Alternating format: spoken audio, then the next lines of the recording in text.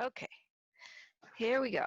Now we've got our colors all set up on our palette with our wet paper towel underneath and our palette paper to keep our paint moist. And we've got a spray bottle, a little spritzer bottle of some sort, so if your paint gets dry, you can spritz it a little bit. And we've got our palette knife, and we've got our painting our reference photo and our painting. That's all we need. Oh, and of course our brushes, our 6, our 4, and our 2, and our round brush and our liner brush. Those are all the brushes we'll use for this whole painting. So that's easy to remember. So what I wanted to do today to start out with is a little color play. So we have our watercolor paper, and we have our palette knife. And last week we played with greens and making different colors of green and neutralizing our greens with the colors that we have on our palette. And today we're going to work with oranges. There's a whole lot of oranges in our painting. So we're going to be doing a lot of orange color mixing. So we're going to start out with our handsy yellow. We've got 2 yellows and we've got 2 reds. So we've got lots of different combinations that we can do to make oranges, and then once we have those combinations, we can do different amounts of neutralizing and make even more colors. So it's really a lot of fun to play with these. So here's our handsy yellow, and let's put a little spot over here of handsy yellow. And then we'll come in on the other side with our naphthol red and put a little swatch over there. So that's our continuum from yellow to red. And of course, we're expecting that we're going to get different amounts, different versions of yellow oranges, and red oranges. So let's see what that happens, because there's theory, that's one thing, but then when you start actually working with different pigments, it can be surprising what happens. So let's start with yellow, put a good amount there, and then add just a little corner of red. Just have a little bit of red that I'm adding. Just dip the end of my palette knife in that red to just get a little bit. And I'm mixing that into quite a bit of yellow. You know, if you're in a smoky area like I am, the sunlight, before it disappeared completely, now today we don't see any sun at all, but before it disappeared, the sunlight was just about this color, this yellow-orange color.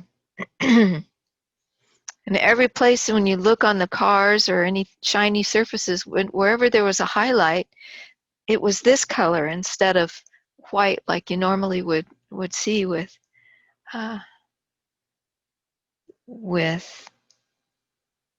sunlight, which was really very eerie. So that's with a little bit of red added. So let's add just a little bit more red this time. And where does that take us? So I think what you'll realize pretty quickly with these 2 particular color pigments is we get some pretty oranges. I mean, they're really pretty colors, but they're a little bit muted. You're not going to get a super bright orange with these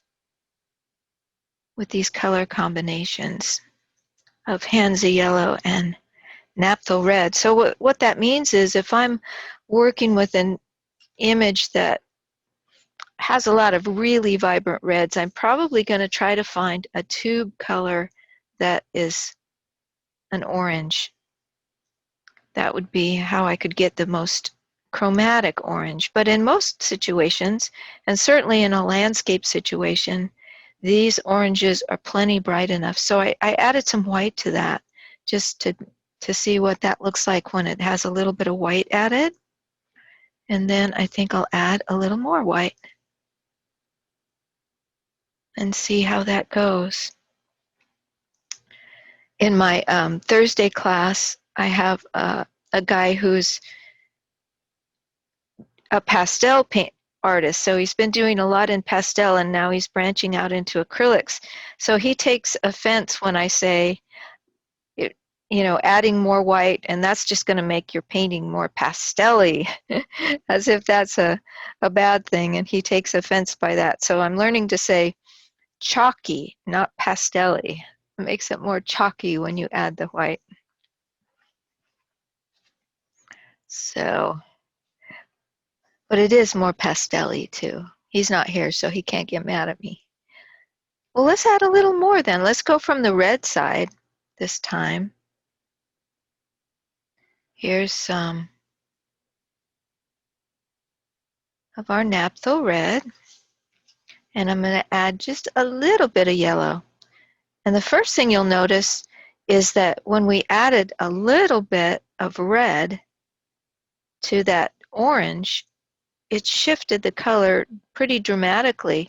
And here I've added a similar amount of yellow to the red, and it's virtually no different. It hasn't shifted the color appreciably at all. Maybe it's slightly warmer, I don't know, but it's really not, hasn't done much. So you realize by practicing with that and mixing, playing with these colors like this, your hand gets to realizing that when I want to adjust a red with my yellow, I'm really going to have to use a lot of yellow. See, there's quite a bit more, and it's still not even a noticeable difference. So I'm going to have to bring that's probably twice as much yellow as I had left of my mixture there that I'm adding now, just to get something that actually starts moving towards orange off of that red. It's pretty amazing how much yellow you have to add, huh? But by doing it, you can think about that in your mind and think, well, I need to add, but doing it and getting your hand used to doing that is what you need to do in order for it to become automatic, and you don't have to think about it. Because the less we can use our left brain to think about things like quantities of paint that we're using, the more we can stay in our creative side. So that's about the same as that one in terms of how much red and how much yellow we've got in there. So Karen, Uh-huh. is that partly because the yellow paint is more transparent than the red?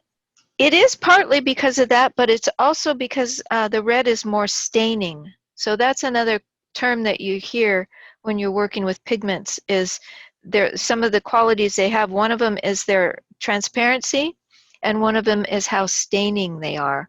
And the staining just means that that particular pigment has a lot more oomph to it. I guess that's the best that you can describe it. You can we've talked about this before, I think, but you can read on your, you can look on your tube of paint and you can see how transparent or opaque it is. There's like a little slider bar there. Yeah. And on the back, there's this little slider bar. So this is naphtha red, and it's about halfway, but leaning towards opaque. And then as far as tinting or staining, that's another word for tinting, it goes from low tinting to high tinting. And this is way up in the high tinting area. Whereas let's take a look at the yellow. See if I can get to it. It's all okay. So this one is way more transparent. So yeah, Gloria, you're right there. It is more transparent than the red. And then when you go down to the low tinting, high tinting, it's under halfway as far as tinting. So it's got that going on. So it's a combination of it being lower tinting and high and more transparent. Yeah, so you get to different, like ultramarine. Let's see what that one. That's about in the middle tinting wise and towards the transparent. Whereas like you get to phthalo, which we're not using today, and phthalo is way up into the high tinting. And they're saying that phthalo is more opaque. I tend to think of phthalo as being really transparent, but eh, Do you know if interesting. the pigments are from a natural source or are they manufactured? Combination. Some are from natural sources and some are manufactured. So, and I don't know all the differences, but you get into ones like the quinacridone colors and the phthalo colors. Those are definitely manufactured. And then you get into ones like ultramarine and cadmium colors, tend to be from natural sources, but they uh, purify them. Yeah, yeah. Well, let's take a look at our Indian yellow this time. And let's put some of that over here. And Indian yellow is actually not a pure pigment. So our Hansa yellow is a pure pigment. It's just the one pigment. But Indian yellow is a combination of pigments. And it says hue, and that's usually your cue that it's not a pure pigment, but it's a combination that they've put together to duplicate a color that either is super expensive to make from its natural source, or super caustic, uh, you know, to make. So for those reasons, or it has issues with light fastness in its natural form. So they put together things that look close to it. So this is actually made of benzimidazolone yellow light, nickel azo yellow, and quinacridone burnt orange. So interesting. Reading your tubes of paint can be very interesting. So let's see if that has a difference. If we use Indian yellow instead of our Hansa yellow, along with our red, our naphtha red, what effect does that have on the oranges that we mix? So if I go from my from my Indian yellow side and add just a tip of red,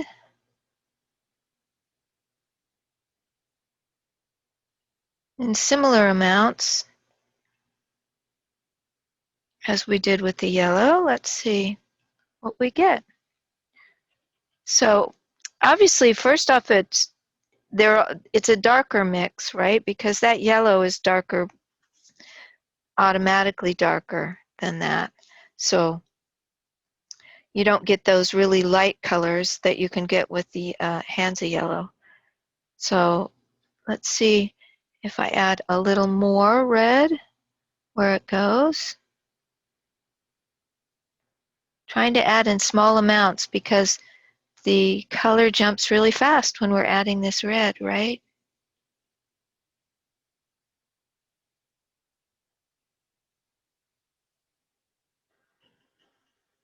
Those are some nice kind of pumpkin-y colors, but they're also very nice colors for what we're doing in this in this painting, which is all these fall oranges. So the Indian yellow makes some real mellow colors. Definitely good to use in our secondary trees that are a little less vibrant than our primary tree, and in our shadow oranges. Those would be good ones to use. Let's do a little bit more. Oops, wrong red. Let's do a little bit more red. I think we're almost at the middle, actually. I'm going to go back from the other direction and start with red and add a little bit of Indian yellow. Now let's see if Indian yellow has any more staining or tinting characteristics than Hansa does. Added just a small amount of Indian yellow, and again I see almost no shift in the color. So I'll add more than that, about About half and half now. Half Indian yellow and half naphthol red. Let's see if that, still it hardly pushes it at all. Hardly at all. Much like the Hansa yellow, we're just not, the red is just really keeping up the dominance in that mixture. So here's more Indian yellow. And still hardly a budge, just starting to have a little bit of a budge there off of the red and into the yellow. So now this is way more yellow. So something to get used to there. Yeah. Yes. Interestingly, let's see what it calls. It's got Indian yellow too, is less than half. It's almost the exact same tinting strength um, as Hansa yellow. So that's interesting. So and that's what we proved to ourselves as far as tinting strength. It wasn't any stronger against the naphthol red than the Hansa yellow was. So that experiment came through. Let's try though. We've got this other red to use. So let's try our Hansa yellow again. Let's put some there. And this time, let's try it against our alizarin crimson. And our alizarin crimson also is a hue. It's a combination of colors. It's not a pure pigment. It was when it was first introduced to the artist palette. I don't know what it was made of, but it was obviously something very expensive or hard to get a hold of. Oh, something's coming to mind that it was made from like crushed beetles or something. Alizarin. I'll have to look that up. Fascinating stuff. Um, anyway, so there's our yellow with our alizarin. So let's have just a hint. I'm just going to do a tiny, tiny bit of alizarin in there. See if I can get just something that's just barely off yellow. See, that's the hard thing to do that you realize as you mix these, is to get your yellows to just subtly shift is kind of hard. All right, there's a pretty subtle shift. But now when I compare it to the color I got using naphthol red, it's not all that different, which is interesting.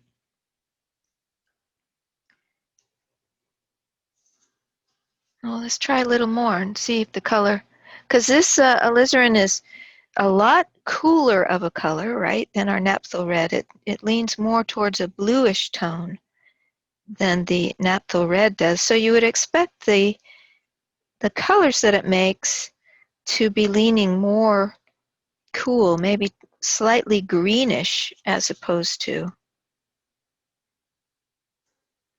the naphthol. Interesting. Now when I look at this color and I compare it to, look at how that compares to straight Indian yellow. That is almost the same color. That's interesting, isn't it? Yeah. Maybe I don't even need Indian yellow on my palette. Maybe we can just get a little simpler and just add a tiny bit of alizarin whenever we want the yellow to go down. All right, well, let's add a little bit more alizarin to that and see what happens. Oh, you know what I'm doing? I did that wrong. I added Indian yellow. No, I didn't, because I didn't add any yellow. Okay, never mind, I got it. I just added more alizarin to what I've got. All right, moving kind of brownish colors. Instead of moving into the The reds, like we did up here with the Hansa, we're kind of more moving into browns. Let's start from the alizarin side and see what we get.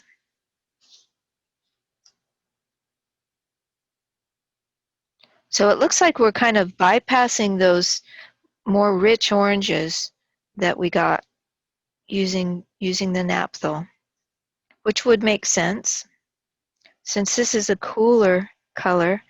Now that actually, using just a little bit of Hansa, that did push that alizarin, the color.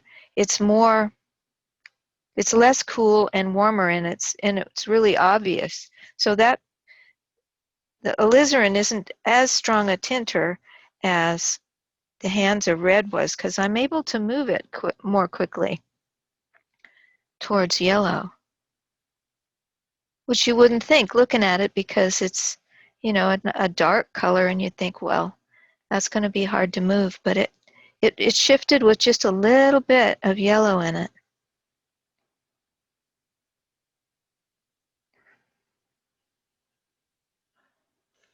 Pretty. Those are some really pretty colors in there. Kind of like, well, they're great. They're all wonderful landscape, fall landscape colors, every one of them. And the more of these we get into our painting, the more of these subtle shades that we get going, the more interesting the painting will be, having all these variations of color. Yeah. So real big shift, not so much on this side, on the yellow side, but once you see how the reds are reacting, we get much different colors going on, much browner, more neutral um, in the mixtures there, and cooler colors.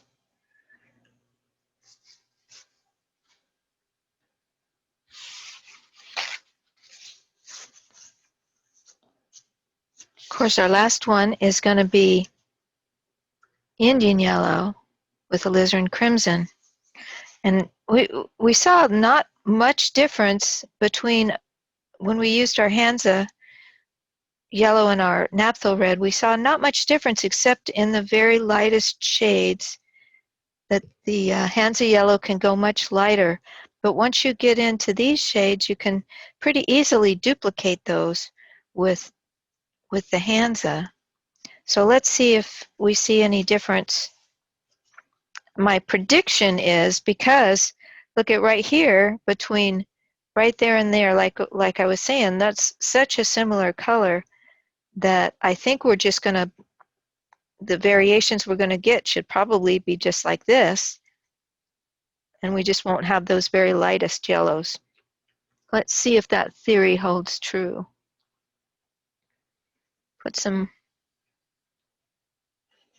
more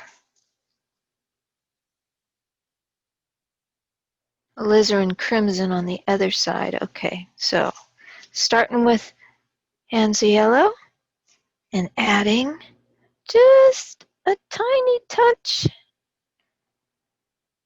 Nope, we're not starting with Hansa yellow. We're starting with Indian yellow, thank you. Gotta keep myself straight here. And adding just a tiny touch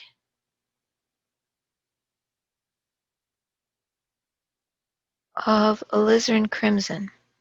That was like the tiniest amount I could add. Let's see if it shifted.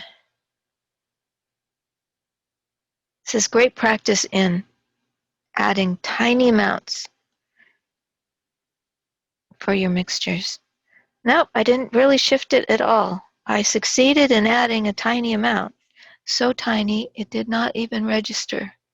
We add another tiny. I'm trying to see how subtle I can get these shifts. And I think I'm going too subtle. See, obviously, again, yep. So alizarin crimson is much less tinting than that naphthol red. If I'd added just that, when I added just that amount of the naphthol red, I got an immediate shift going on, but not so much with alizarin. It's a little meeker.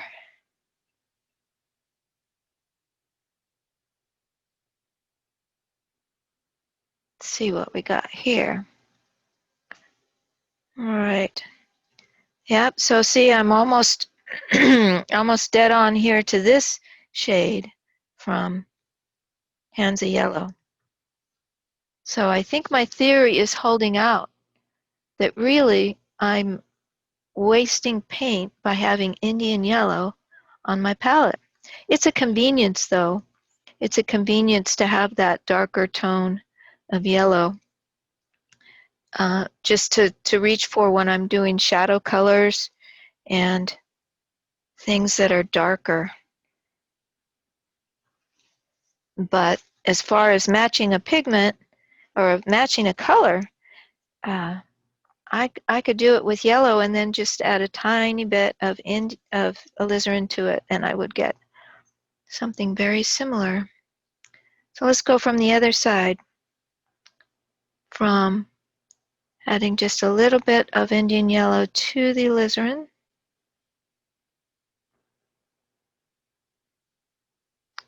Let's see.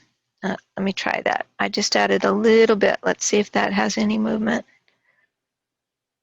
A little bit, just like up here. It had a tiny bit of movement very quickly with just a little bit of yellow. So what that tells your hand is, as you're mixing your paints, and you know if you're going for your naphthol red, your bright red, you're going to just go with tiny amounts. And if you're going for your alizarin crimson, you can be a little more generous with the amount you use.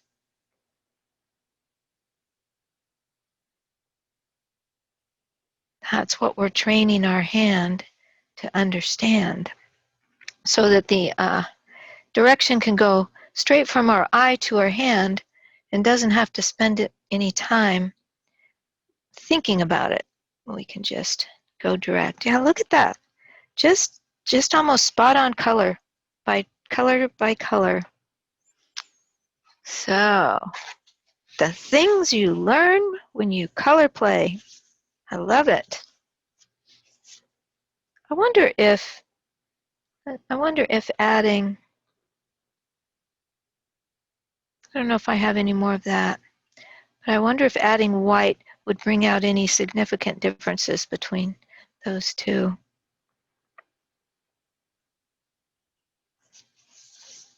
Let's see, I got a yellow with alizarin somewhere in the middle there.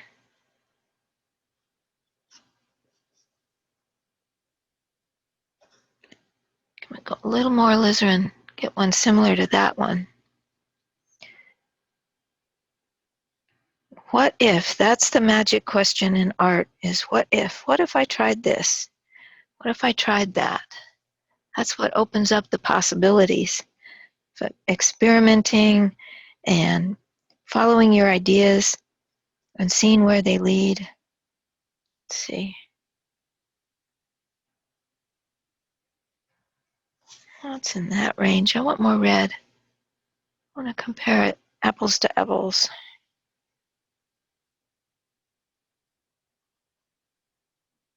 Trying to get one that's more just like that one. Still more red.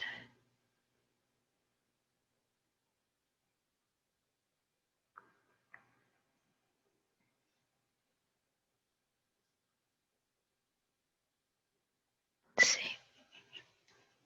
That's pretty close. So I want to add some white to that and see what I get.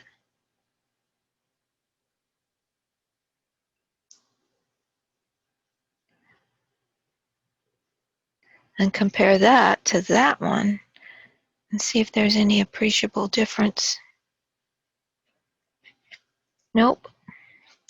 I don't think there's an appreciable difference. Fascinating. All right, I get carried away with color play. I love colors. So that's what we learned is all of these wonderful oranges and yellows we can put into our into our landscape. And actually, by using, normally we would, if we wanted to neutralize some of these oranges, we would add blue, right? But because when you look at these, if you add alizarin, you're going to get some of these really neutralized brownish colors. So that's good to know that we don't necessarily have to use our blue because we'll go super neutral there, but we can get a slightly more neutral oranges by using our alizarin versus using our naphthol red. And we will put that to good use in our painting. So that was fun. Did you guys like that one? All right, so we've got our block in, all done. And now we're going to go back in and start moving. So the way I like to think about it is what we're doing is we're going to start from the back and move to the front. So from the background to the foreground, so we can get all of our elements laid in on top of each other and get that overlapping going on. And also because we're going to think about these different areas that we're working on as different planes in space. So almost like, you've got the plane, first of all, of the sky, which is behind everything. And then we've got a few of these background trees. Those come in on a plane. And then the plane in front of that is going to be these midground trees.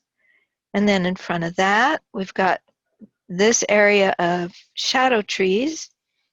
And then on top of that, we've got some stuff in the foreground here. So we've got these planes all kind of stacked up on each other.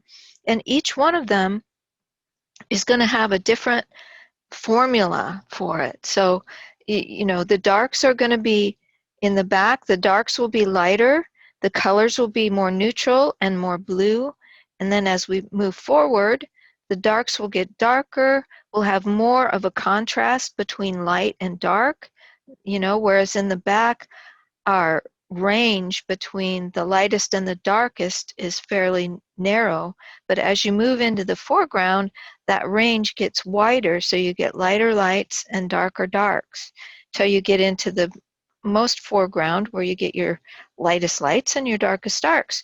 Of course, all of that is then affected by the light and the direction of the light source, which is super important to think about. In our case, we've got the light source coming in kind of like this. And I've been a little bit creative with the light source. It's not, it's, it's coming in over here like this, which is why we've got a shadow area here, because the light is kind of coming in behind there. But it's also an overcast day, so there's kind of an overall, there isn't real bright lights and darks. So it's kind of a combination of those things, and I've really kind of adjusted them to my own kind of creative expression or experience of the scene versus what maybe is technically right. But if you start with nature and start with what works in nature and how nature works, and then you move off of that and you push off of that depending on your own vision of what you're trying to convey in your own experience of it. So see, so you have, and that's not to say you can't be, you can absolutely go and be photographically representational and do exactly what you see. And then there's the whole other end of that spectrum, which would take you into complete abstraction. So you can be anywhere on that continuum between photorealism and abstraction that makes you happy and that you enjoy. So you got to find that happy place for you. And mine kind of is somewhere in the middle, leaning towards abstraction, because I like to push the color, and so I'm gonna put color as important over maybe some realism. But so all that being said, we're going to start with the sky because that's the furthest back, and we've got sort of a grayish sky going on. mine's leaning towards a purple here. It looks pink on the screen, but that's just because of our weird sky today. It's actually purple. So, but we're going to get a little more neutral than that. I'm going to go with my number 4 brush, so the medium-sized brush. And I'm going to start with some white. And we're going to move fairly quickly into this sky. We're going to create some wet paint in there with our grayish color, and then we're going to add some lighter tones here and there to kind of give it just some interest and some texture, so it's not just one flat color. But it's a really small space, and we don't have to worry about it too much. It's not going to have a lot of effect on our painting. So I'm going to start with some white, and I want to make something that's somewhat neutral. So I'm going to start with some blue, right? And then I'm going to neutralize that blue with some orange, and so that it moves towards a gray. So I've got lots of different oranges here mixed up on my palette. I'm just going to grab one of those and just a little bit, tapping off. So I'm just using a little bit. It's real easy to go overboard on that. And I need more paint, so I'm just going to pull more paint in there. Gotten stingy with my paint there, so let me do this again with some blue. Going to keep it real light, and I'm going to put some orange in it, tapping that off. Got just a little bit of orange. And the nice thing about using blue and orange as our gray sky is that it gives us a, you know, a relevance to all our oranges that are going on. That's still really blue when I test it up here, so I'm going to put a little more orange in it. So I want to get this sort of stormy gray color, but you're going to test it up on your painting. Don't just look at it on your palette, because it's going to look different. Now it is leaning a little bit towards green, and I don't like that. So what I'm going to do is add just a touch of naphthol red, right? If I've got something that's too green, I'm going to counteract that green with this complementary color red.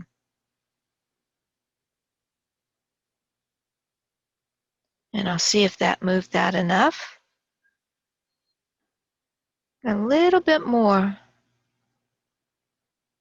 I'm being really careful with this red to just add a tiny bit, because we know what red does.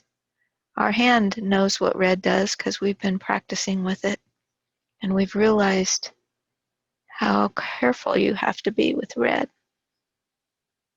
That's pretty neutral. I think I'm going to go with that. So I'm just going to move quickly, and I'm going to brush in this gray all over the area. I'm going to go over the edges of the other areas. I'm not going to paint around it like it's a paint, like a coloring book. You're going to go over those edges so that, one, you don't have ridges, and two, you can create some color behind that you can then overlap.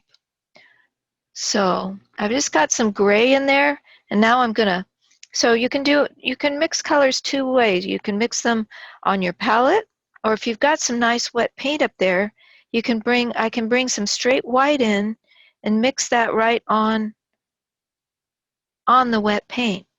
So what I'm doing is just really, really loosely holding my brush, and I'm holding it very flat to the canvas, and I'm just pulling in this white and mixing it right on the canvas there, just to create sort of a feeling of maybe there's some clouds, maybe there's some activity, some variation to the sky. It's not just one color. But I don't want to, I want to keep it soft. I don't want to have a lot of harsh edges up there. So I'm just going to blend it with my very flat brush. I'm just going to blend this out. So I get these soft kind of undulations of color going across the sky. You can even I might bring in a tiny more bit of blue here so that there's a little bit of a dark area here and there. I can blend that in. Just here and there. Just a little bit of dark, medium, and light, but very subtly so. Don't follow the colors that this is looking like on the screen today, because this is a neutral gray. It's not pinkish or whatever that color is that's coming up there. And then this darker shade has got a little bit more blue in it.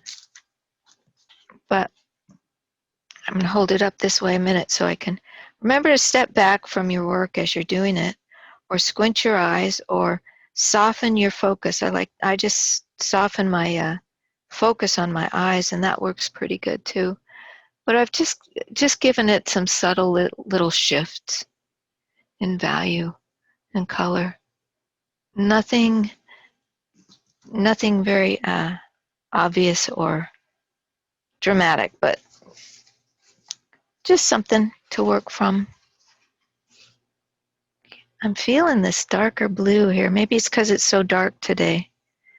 I want to find an area where I put in, maybe along this tree, I'm going to put in some slightly darker blue.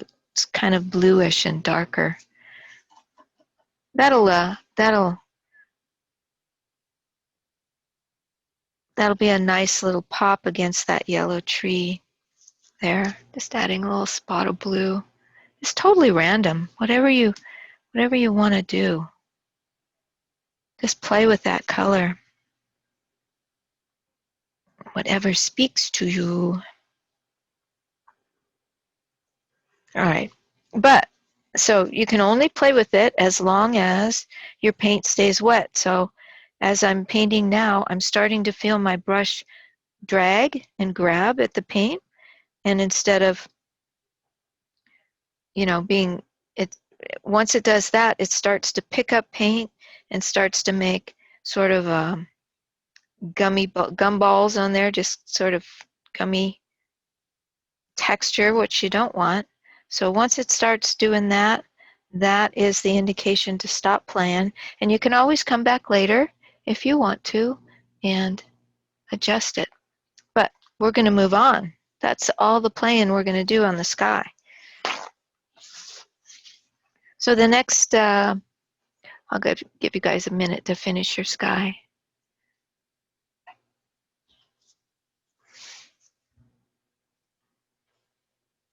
Nothing too special there. And your paints should be drying up too, so don't overwork it. We got lots more to do today. We can't stop with the sky. All right, we're going to move on. So the next layer we're going to do is these more background trees that are back here. So they're a blue-green that's been slightly neutralized, right? So let's start with some blue. I'm just going to use this same spot here. That'll work. I'm going to start with some blue, and I'm going to add some yellow to it. That's going to give us our blue-green, right? So you start with that and not a whole lot of, so I should have probably not started on my white. In fact, I'm going to not start on my white so that I don't mess you up in terms of color mixing. So I'll start on a clean spot. So there's yellow, there's blue, and there's yellow. I'm using the hands of yellow, and that's going to make us a green. I want this to be a blue-green, so I'm going to lean it more towards blue to start with, right? So there's a blue-green. Now I know that that is darker than I want this area to be. We're looking at this area back here, just these little tree areas back here, back there. So that's darker than I want it to be, so the first thing I'm going to do is add some white. So I'm keeping my reference there of the colors that I'm trying to match. So as I add a little bit of white, I can see that I'm still too green. I want that to be more blue-green than straight green. So let me try that. So when I try it up against my painting, I can see the color's pretty good, but you can see how much darker that is than our block-in. So that's why we do the block-in, so we have that comparison. So I know I need to go lighter than that. I'm going to add more white.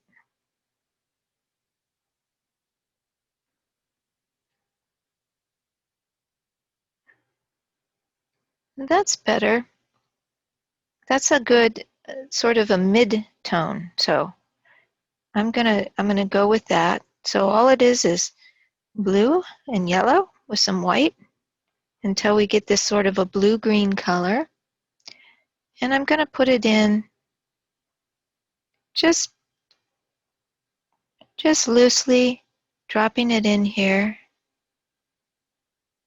And that's sort of the main color, right? But in every color area that we make, we're going to have a dark, a medium, and light. And the medium is usually the most chromatic color, the brightest color, the color that's the most like, they call it the local color, the color of the object without an influence of light or shadow. So if that's the local color, it needs to have some shadow side. So I'm going to add some blue to it, and that's going to darken it and cool it, right? So if I add that, I'll put in a little bit of that in there, in those areas, just a few spots so that I get more than one color going on. And then for the lighter, I'll add a little bit of yellow and a little bit of white. Remember, whenever we're going lighter to indicate sunshine, we're also going to add something that will warm up our color. So not just white on its own, but white with a little yellow. And I don't actually want to do a lot of light on these back here because I want them to be the dark that this light tree can be up against. And you can see that in the reference, I stayed dark back there with those. I actually didn't go into these lighter colors. So I'm going to change my mind, which is the benefit of working with acrylics. At any point, you can change your mind and redo it however you want, however many times you want. So I'm going to skip that light and instead stay with that medium and the dark. I'm taking just some straight blue and mixing it on the canvas. We're going to do a lot of mixing on the canvas with this painting, getting those subtle variations, those gradations.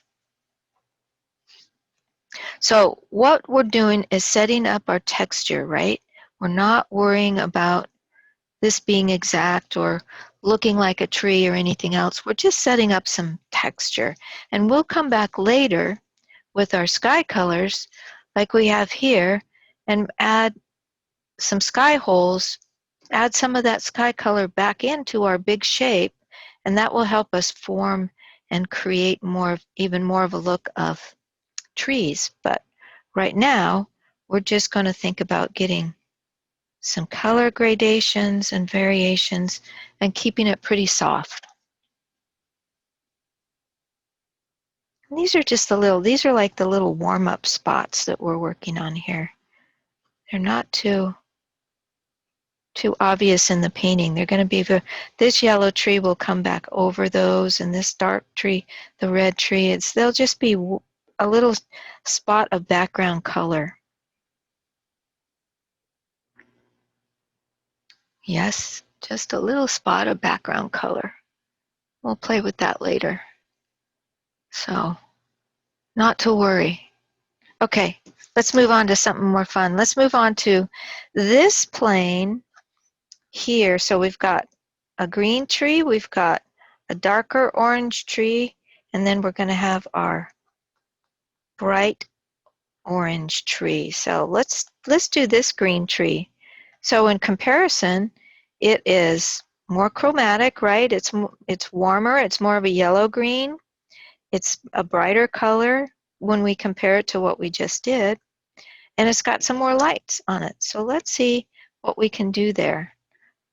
You can use your same, all we have in this mixture here is yellow and white and blue, nothing to neutralize it. So you can use that same pile and just add some more yellow to it, and we can get a little bit of that color in there. We're going to get, the more we go forward in the planes, the more we're going to have a lot of different colors that we're going to put in there. Just light, medium, and dark, and different colors going on. And that's going to bring our interest in. So if I put some green in there like that, and then down at the bottom, it's darker. So over at the edge of my pile here, I'm just going to bring in more blue, and I'm going to put in some blue color. You know what I'm going to do? I'm going to switch over to my smaller brush, because I want to get some smaller shapes going on. So I'm going to get some small, and I'm going over the edges of these surrounding trees so that they can overlap on top of these colors. Blue down at the bottom. Excuse me. Okay, so we got some real dark blues down at the bottom of this one. So I can just take straight ultramarine and mix that right on the canvas. Just mix that right into the color I've already got there. So down at the bottom, nice and dark. And then we have our medium tone. And then we'll bring in some more yellow and some more white, a little bit of white. We don't want to dilute our color too much.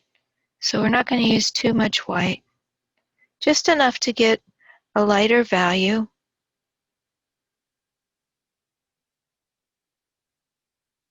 We're looking at the heights. This tree is going to be tallest. This tree is going to stay over down about this height, maybe a little taller. And for brush work, I'm holding my brush really loosely, and I'm using the corner, I'm using the end. I'm just laying down little marks and twisting and turning my brush every time I do it so that I put down a different kind of mark. What you want to avoid doing is taking your brush and laying down the same kind of brush stroke with each brush stroke. So you want to vary it, and you can vary it by just twisting your brush, just turning it over, using the other side.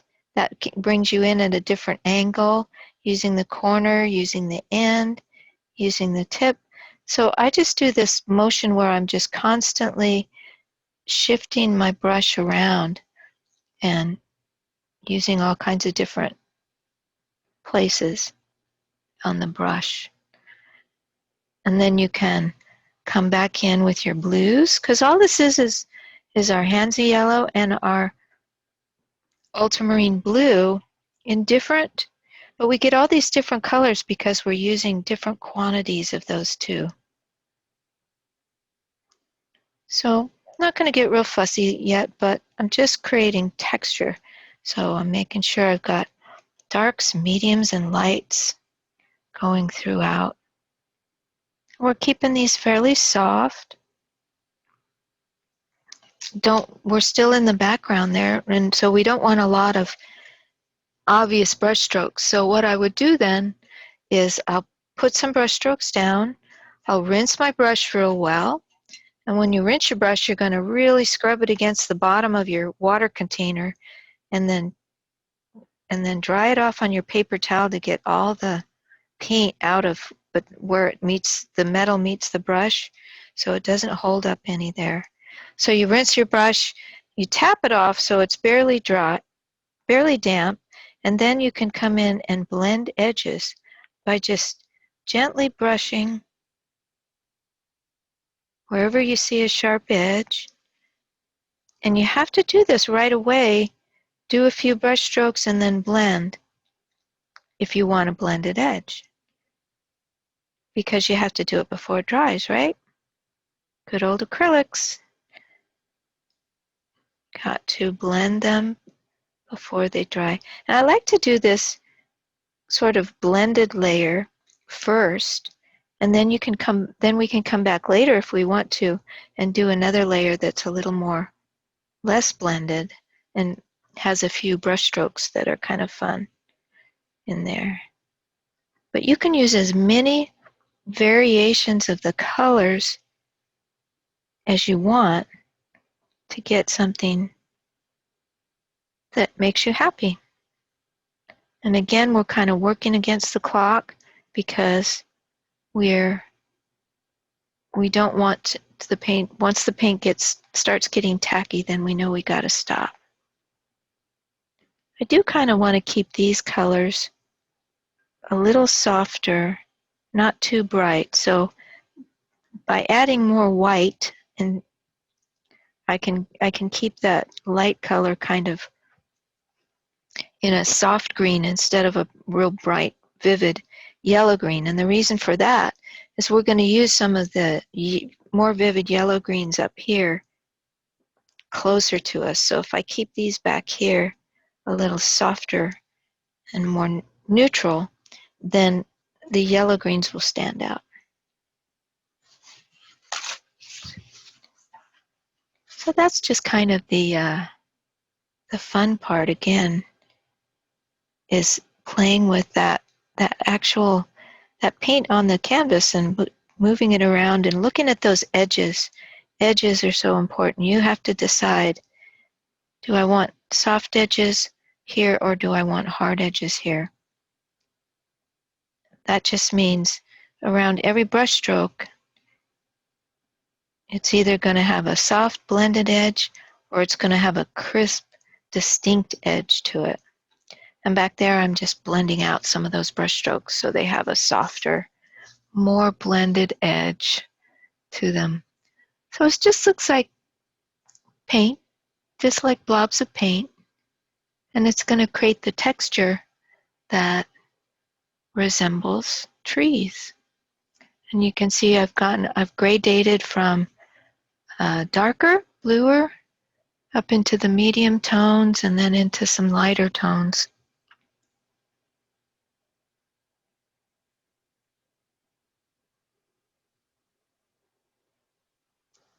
And we got a difference between the greens over here, which are bluer and more neutral, and then this green is a little less neutral, more yellow-green, a little bit more of a value shift between the dark and the light, because we're coming forward in the picture plane.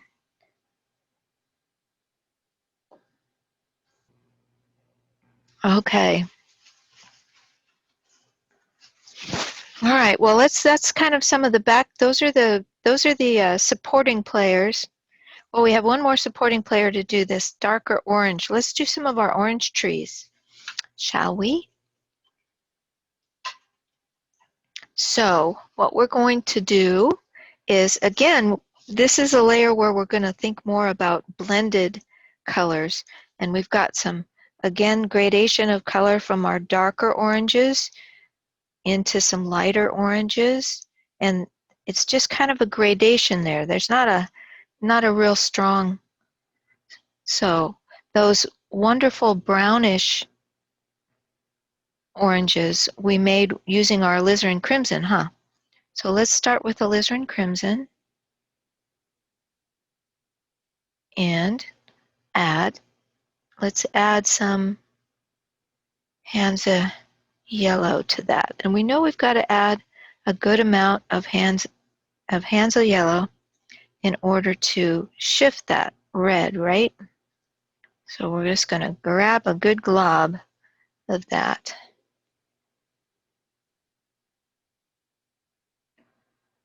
Alizarin crimson with Hansel yellow. And that's going to be our dark tones down here. Now remember, when we did this green tree, we made it extra big so that we could come back over the top of it and overlap these colors onto it a little bit. So we'll do that. And then we'll come over this edge because we're going to overlap our yellows onto this. I can use the edge of my brush too to create some trunks going down here. Just an indication of them. Just maybe there's some tree trunks in that darker color. Now if I want to go even darker down at the bottom, I'm going to take some of my alizarin crimson and I'm going to add a little bit of blue to it, just a touch. Right, and when we did actually we didn't do purples yet in this palette, but if we add a little bit of blue to that, it's going to darken it up, make it a little cooler, make it kind of more like a shadow color, right? So if I keep my brush really flat to the canvas, I can lay some of that color on there in the center, maybe down these trunks. See, if I don't keep it flat, if I keep my brush up like this, then all I do is pick up the paint that's below it because this is all really wet. But if I keep my brush really flat and barely touch the canvas, I can lay some of that paint on, the wet paint, and it'll still stick. So there's some of that.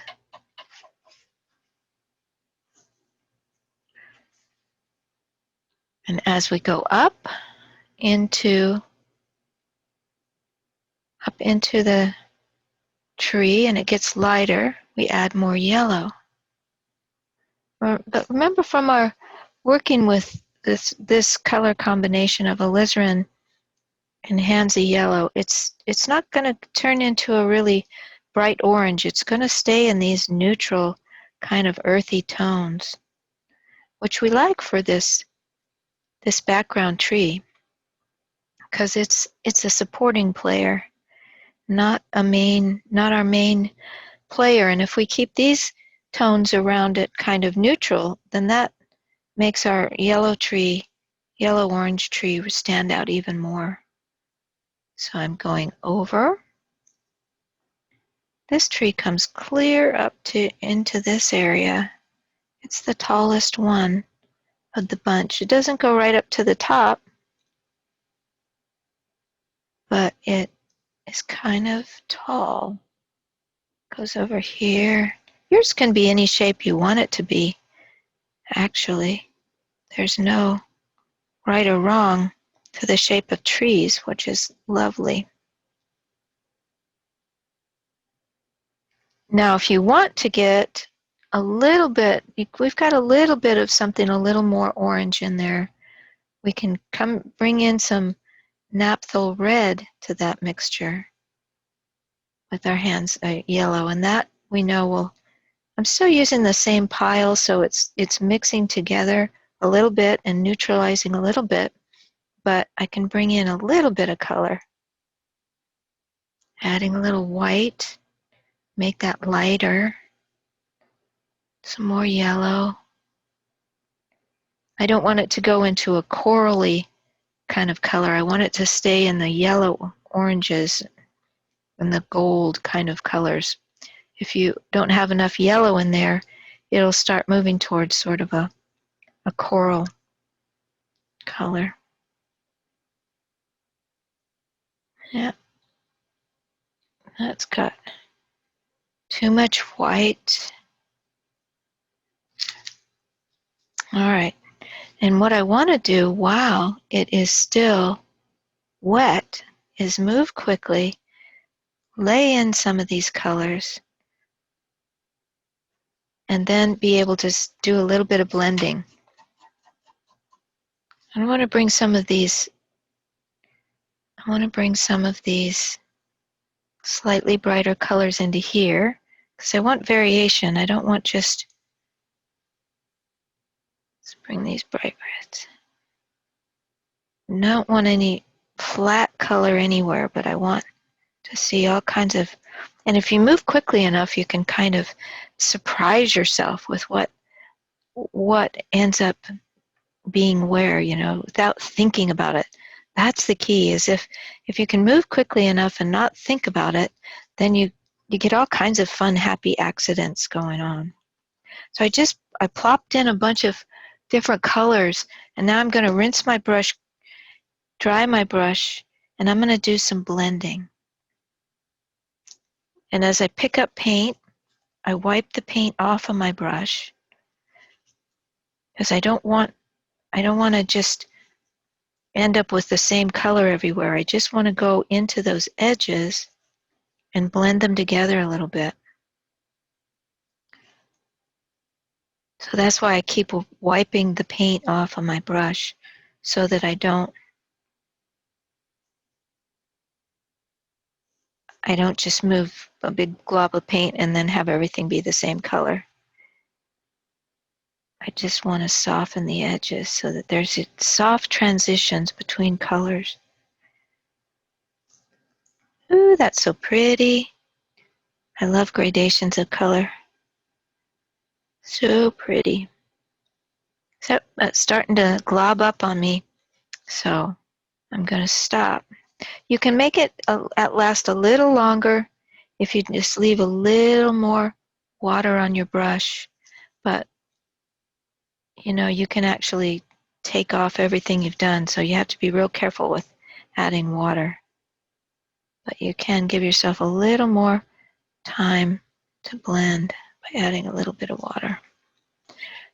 But I just want to do that until I just get some gradations of color going on. See, now the colors kind of mix together and they start forming something.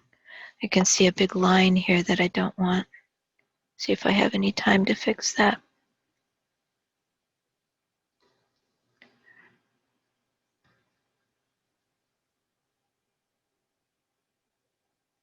Just softening here and there. Get seeing what the painting wants to tell me, as long as it lets me play without getting too dry, which it just about is. We'll come back and do, after this dries, then we'll come back and do some little more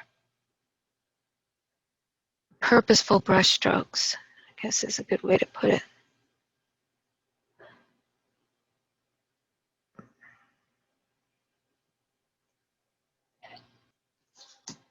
Just by having those dark, medium, and light colors, you get this sort of feeling of form coming, kind of appearing, kind of magically appearing.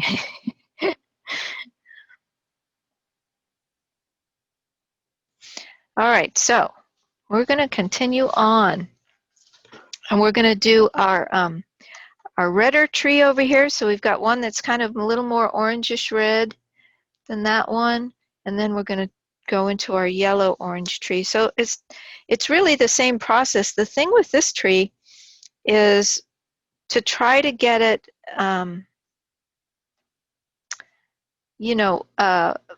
what do I want to say, sparse? Not quite as solid as we've been doing some of the others, but try to get some more distinct ins and outs. It's a little closer to us. So, but we'll have to come back in with the sky and do that later. But we'll try that. But it's the same concept. We're starting with some darker colors down here and then moving into our oranges and up on the top. So I think I'm going to go back to my number 4 brush and start with that, and then just see how much I can do with that, because we're getting a little bit fussy with our small brush strokes, and that will help. Whenever you feel like your brush strokes are getting too fussy, going back to your bigger brush, going up one brush size can really help. So I'm starting again with the alizarin crimson, because you can always use the very corner and the tip and the edge of the brush to give some smaller shapes too. So remembering to overlap into this green tree, so it's obvious that this tree is in front of that tree. So I'm just doing the same thing as with the last tree with the alizarin crimson and yellow and getting some different colors going on. I'm also using this orange that is naphthol red and yellow. So I'm using my bright orange in here as well to get a little bit brighter of a color because it's more in the foreground.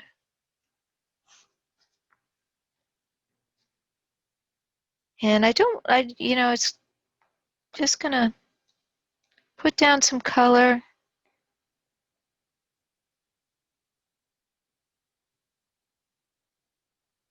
Gonna stay pretty close to the edge. Be a little bit more spotty and lacy with it, not quite as solid.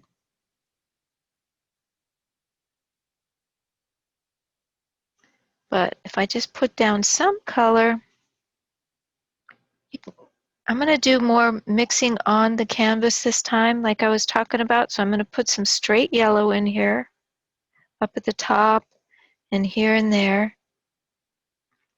And I'm going to bring in some straight alizarin. I'm just going to bring in some of these straight colors and some red, right? This was kind of our red tree. So I'm going to bring those in, just drop them off on the canvas with my brush. And then I'm going to switch my small brush, rinse my brush, tap it off, and then I'm going to come in and do some gentle blending. Again, with the blending, I wipe my brush off, because as you blend, you'll pick up that paint that's on the canvas, and I'm going to wipe it back off so that I don't keep just blending and blending until I've mixed all the colors together again. But I'm just looking for the edges where I can blend these colors together a little bit. And that's kind of a fun way to do it. It's a fun way to get lots and lots of subtle variations of color without having to mix up a whole bunch of piles of color. So I'm going to keep on with these kind of redder colors so that this tree is distinctly redder than the one over here. And I'm getting some dots of it coming up here. So I'm using straight red. I'm going to put some straight alizarin in there. So it's just a different technique. Bring some of that up in here too so I can blend it together. But you have to do it quickly, and then you have to quickly rinse your brush, dry your brush, and blend it together before it dries. Keeping that brush really horizontal.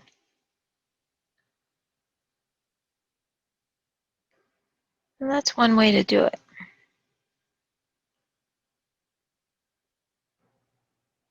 Maybe put a little more yellow up here.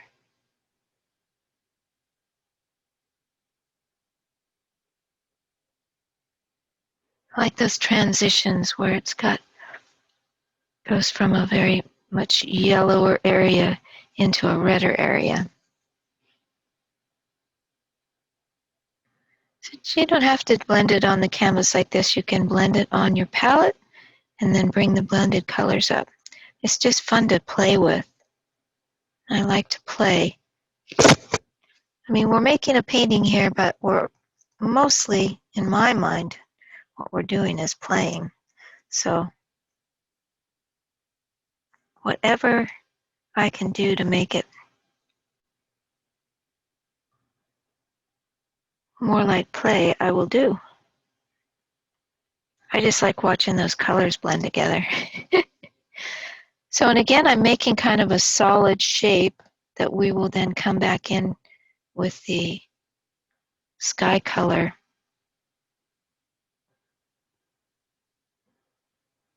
to make it a little lacier. I'm going to use soften my focus so that I don't see the detail or look at it on the screen or step back from it. All those things will give you a softer perspective on what we're doing, and that will help you see things differently. Well, that's kind of fun. You can also see then what's working. Like when you look at different areas, you think, oh, that worked right there, the way I did that particular thing, and then do more of that. Whether it was a particular color or a particular way you held your brush, but just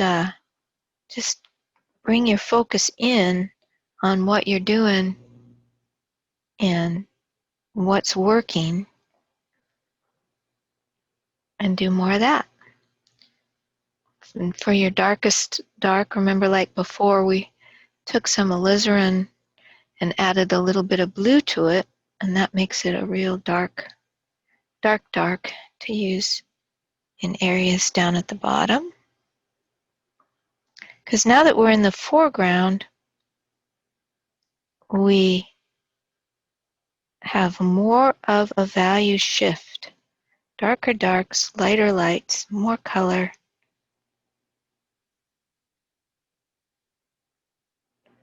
I put those.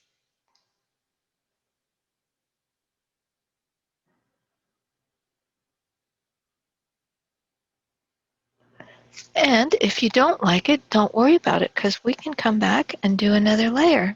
That's the beauty of it.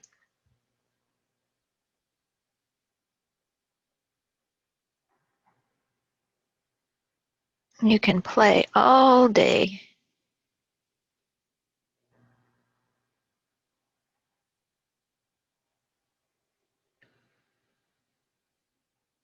Going back in a little, most of the same colors that we used on the other one, and this one is dry by now, so I can do a little touch up in there if I want to.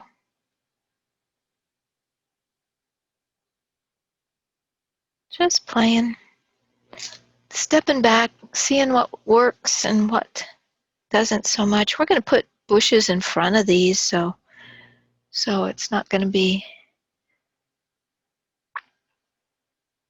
we'll have plenty of time to make more adjustments, but you do want to make sure that you're getting overlapping that green tree from that's behind them. We want to see that overlapping.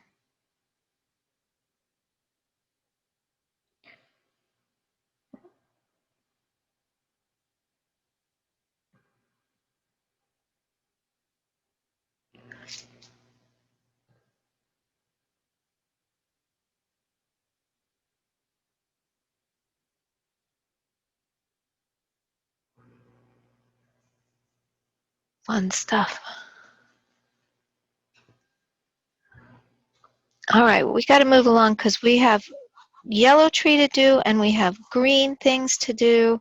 So we know what we're doing there, and you can work on it more this week. But we're gonna move on to the yellow tree. But really, it's much like the other ones. Gonna start with the big brush, so we lay down big shapes first, and we don't get too fussy to start with. Laying down some alizarin crimson at the bottom, just laying down those paint colors. We're going to use a good amount of yellow and naphtha red to make our nice brightest orange, right? Laying in some orange,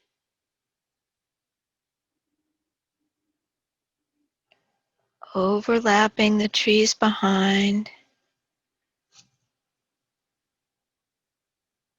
overlapping those colors and mixing them right there on the canvas. Some yellow with just a, picking up the yellow with my dirty brush gives it just enough of the orange in there.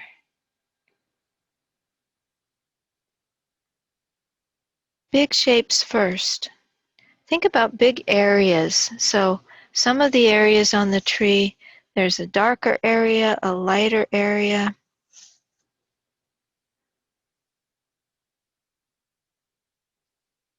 Bring some straight yellow and mix that together. If you get enough paint on there, then you have something to mix with, something to blend together. So see how the big brush kind of lays in the big areas that you're going to be using, and then you can come on top of those big shapes with smaller shapes. But we want this tree to be really bold and have very distinct darks and lights to it. So I'm going to shift over to my smaller brush and bring in a little more. Think about those shapes. Bottom. And you can look at the reference, but you also just want to organically follow the shapes that you naturally laid down there and see how they're working. And then parts that are working, do more of that, and parts that aren't working, try something different. But I'm going to do some blending now between those colors so that I get a base of just kind of some blended shades of colors. And then I can come on top of that with some more distinct brushwork. It's a little bit like doing a watercolor wash when you start with these blended shapes and then they'll come back with some little detail spots.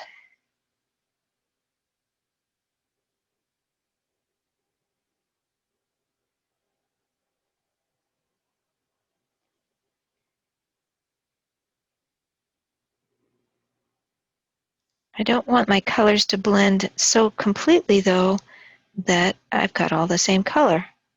I want them to stay distinct. And you can't always do that with one layer. You kind of need to come back with another layer, which we will do.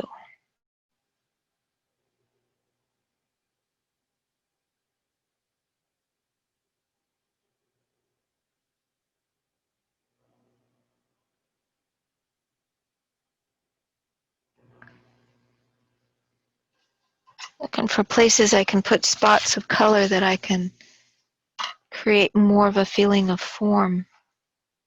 Rinse the brush, dry the brush, soften the edges.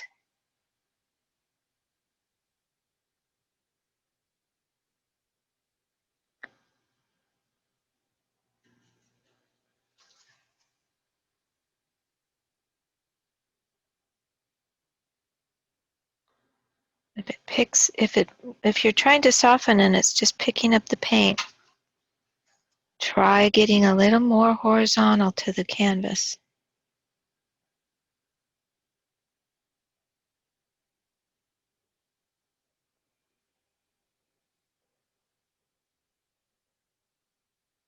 Lots of subtle little color shifts, but once that paint starts drying, you gotta leave it be. Leave it be. Come back to it when it's dry.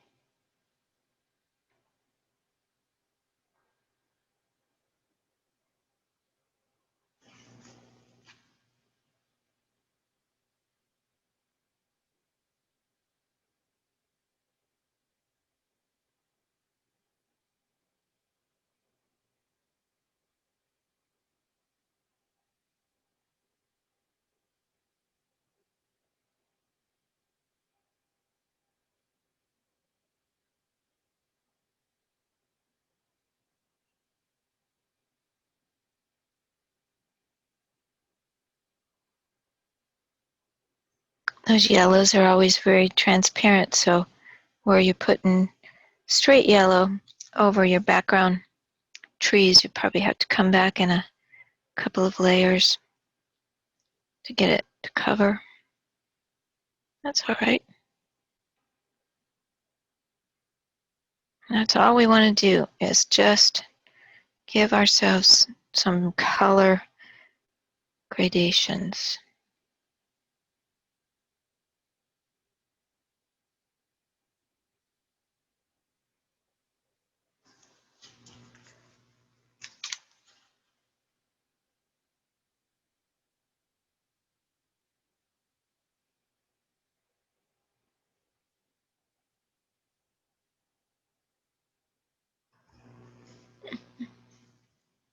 I was painting on this one and it's starting to look like forest fires. I guess I have forest fires on the brain right now.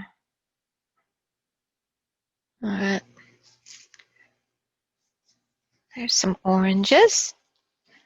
That's all we'll do right now. We'll do more when it dries. I've got a spot here coming over this one.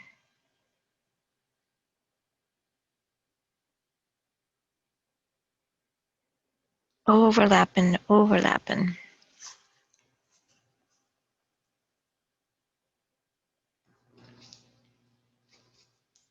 Pretty. Okay, we gotta hurry up so we can get some browns in here. So we'll come back to that. But what we're gonna do is take some of our oranges.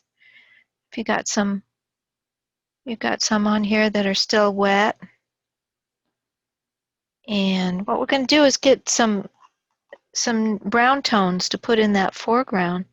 So we're gonna add some blue to some of our orange, right? That's gonna give us neutralize that orange into a brown. And just across the front, so we've got some greens and some browns. So we're just going to come in with some darker brown, set up a couple of spots here that are going to be like brown bushes with some dark. And then we're going to add a bunch of white to that for our lighter value along the shoreline. And a little bit of yellow. Let's use hands of yellow so that it becomes sort of a yellowish tinge to the brown, right? And I've got a really gray color going on there, but I want it to be a little bit lighter. That's still too peachy. I add more blue.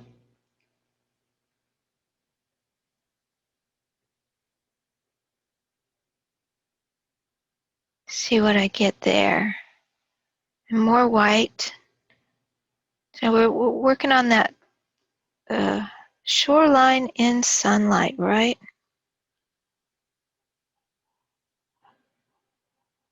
So, and I'm going to come in and out with my shoreline a little bit so that it's not just a straight line, but I've got little areas where I come in a little bit, come back out.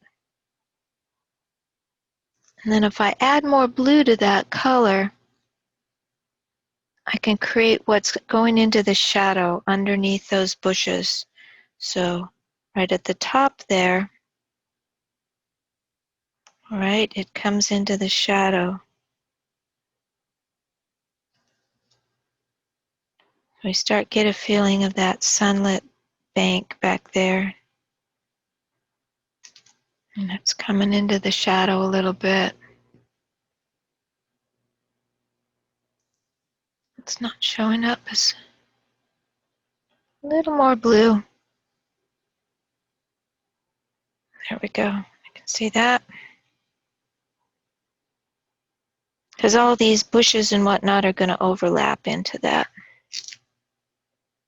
So if I mix that light color I just used and those blues and all that, I get a lighter version of brown. I'm going to hold my brush like this instead of like a pencil so that I can get some real loose brush strokes pulling in toward that darker brown.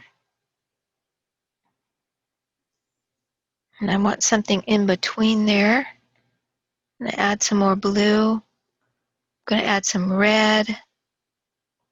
Alizarin crimson red. Gives me kind of a purpley color. That's nice.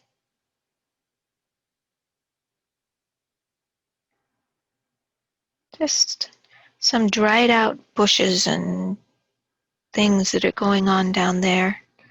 Something a little darker, so more blue, more alizarin crimson, and some yellow. I'll use Indian yellow because it's dark. It's gonna neutralize that a little bit, but give me a little darker version.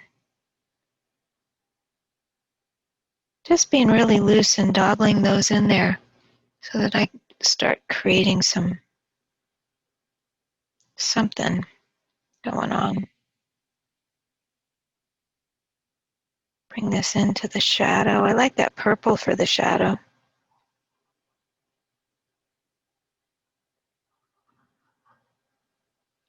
This is going to overlap the colors that we did before. All right, that puts some brown colors down there. Let's add some green colors down there. Blue, yellow, darker at first. So the darker one at the bottom, I'm going to add more blue. I'm going to add a little bit of red to neutralize it, make it even darker. Just a tiny bit of alizarin crimson to put in the bottoms of some green bushes. So, and these are further in the foreground, so they're darker. Going to overlap both of these trees that are back there and this tree. Going to overlap all these with this green, so we get that overlapping going on. There's some brown ones and then some little green ones. That's the dark. Medium has more yellow in it. Put that on there.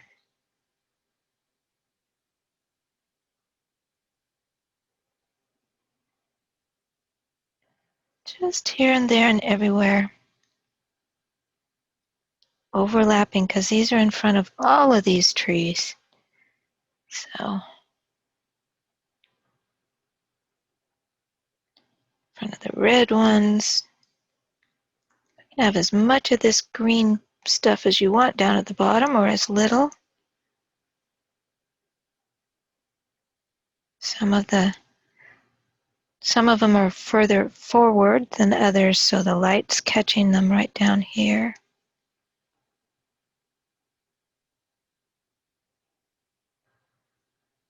And bring your brush back into those browns and create some shapes. So you got dark, you got medium, and you got light. So you can see that every single area that we did very similarly. Dark, medium, and light. The amount of blending that we do depends on how close to us the area is or how far away. More blended in the distance. I'm really using that twisting my brush technique to create little marks that are varied. That's the key, is to have all those little shapes be not all the same, but they're varied. A little more blue in that.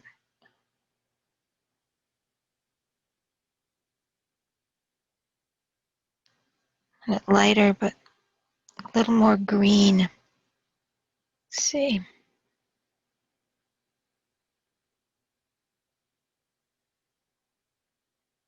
Bring more yellow, more green, more blue. Let's see.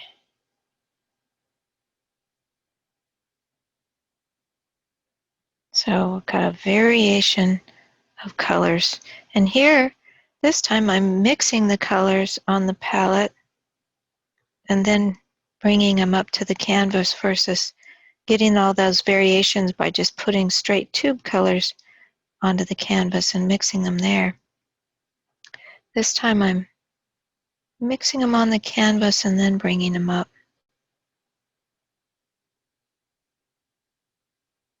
I like to come back in with the darks and bring them back in, mix those up.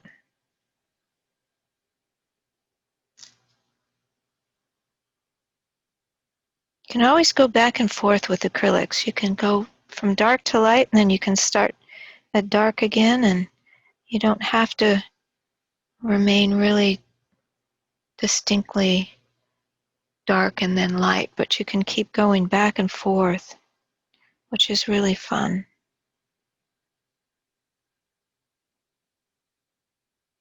Bring in some much bluer green there at the bottom. Again, so I get those nice dark accents.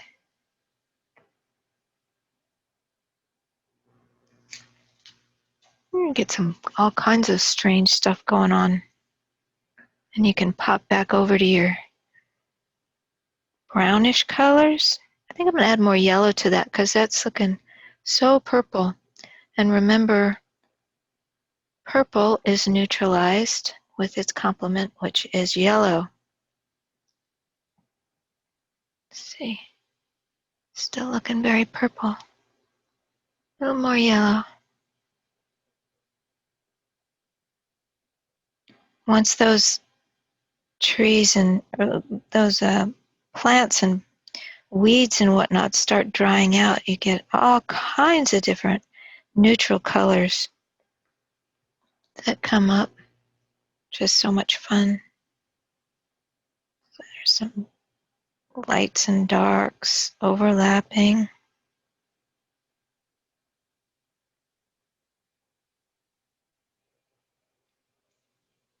Anyway, you can have fun with this stuff all day long or all week long.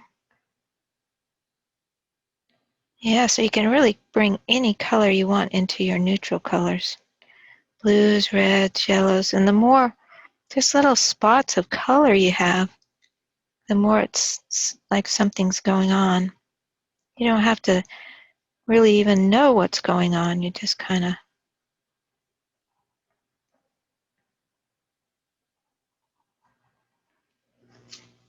there's all kinds of stuff going on there, huh? Bring in some more of that light.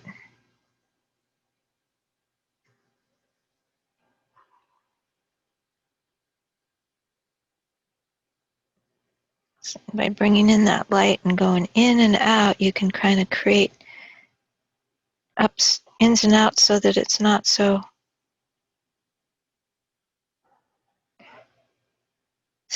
straight, a line across the bottom. You want to kind of avoid that, having just a straight line. And once we bring in the water and the reflections down there, next time we will have even more going on. Anyway, so that's all those different forms we've got. And it's all made the same way with just using darks and mediums and lights. And then less blended. All these little bushes in the front are not really blended very much at all. They're just, whereas in the trees, I blended all the edges of those brush strokes, and these ones in the foreground, they're not blended. That makes them seem like they have more detail. But we will come back next time and put more detail into this tree by having some of these unblended brush strokes on top. But for this time, we'll let it rest there. I think it helps when we move a little bit quicker. Sometimes when I spend a lot of time in one area, we kind of overwork things, I think. Although I feel like I'm racing, but that's Yeah. okay.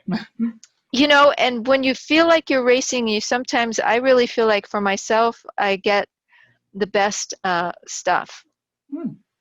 If going slow can sometimes really help. It just lets you overwork things. And sometimes if you say, okay, I'm going to work on this area for 5 minutes, that's it. I'm just going to quickly move. Because as you move more quickly, that disengages that critic brain, that left brain that's trying to control everything, and it's trying to sort of um, it's like learning a language. It's trying to translate the language into your native language and then into the new language versus going straight. So you want to go straight from your eye to your hand without translating it through your brain. And one of the best ways to do that is to put a time limit on yourself and move quickly.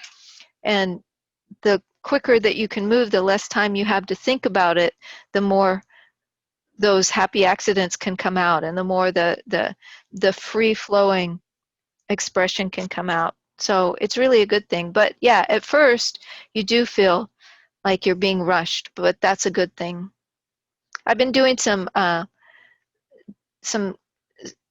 people, do they call it quick studies, or lots of different ways of saying it, but that's a technique that a lot of artists use to just say, okay, I have 30 minutes and that's it. I'm just going to do this in 30 minutes. And I did that for quite a period of time, and it really felt like it really jumped at my painting ahead a lot by doing that.